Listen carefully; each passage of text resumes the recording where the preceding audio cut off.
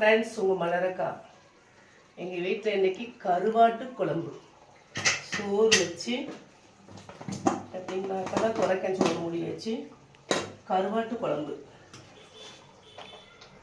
30 ரூபாய்க்கு தான் வாங்கணும். சின்ன துண்டு கருவாடு 3 தான் கொடுத்து விட்டா.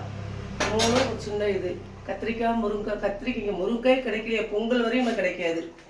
ஆமாம், விலை ஜாஸ்தியாக. கத்திரிக்காய் கிடையாது. கத்திரிக்காய், தக்காளி, ஒரு வாழைக்காய் வெட்டி போடுங்க, சூப்பராக இருக்கும். வெங்காயம் பச்சை மிளகாய் வெட்டி வச்சுட்டு எப்பவும் போல் நம்ம வத்தல் பொடி, மல்லி, தேங்காய், சீரகம், ஒரு வெள்ளைப்பூடை அரைச்சி வச்சு ஒரு கொட்டை புளியை கரைச்சி ஊற்றி நல்லெண்ணெய் விட்டு வெந்தயம் போட்டு தாளித்து இந்த காயெல்லாம் போட்டு புளியை கரைச்சி ஊற்றி கொதிக்கி இறக்கும் போது கருவாடு போடுங்க. ஃபஸ்ட்டே கருவாடு போட்டிங்கன்னு வைங்க, ஆனால் கரைஞ்சா டேஸ்ட்டு. கருவாடு கரைஞ்சாதான் கருவாட்டு குழம்பு டேஸ்ட்டு.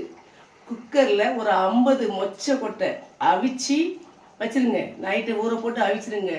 அந்த மொச்சக்கொட்டை போட்டு கருவாட்டு குழம்பு வைங்க, வேற லெவல். அவ்வளோ சூப்பராக இருக்கும். கருவாட்டு குழம்புக்கு மொச்சை கூனிக்கும் போட்டாலும் நல்லா இருக்கும். கருவாட்டு குழம்பு நாங்கள் இன்னைக்கு மொச்சை போட்டு வச்சுருக்கோம்.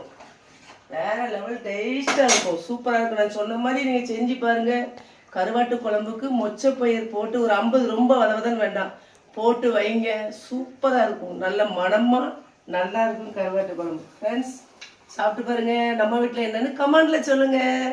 தேங்க்யூ.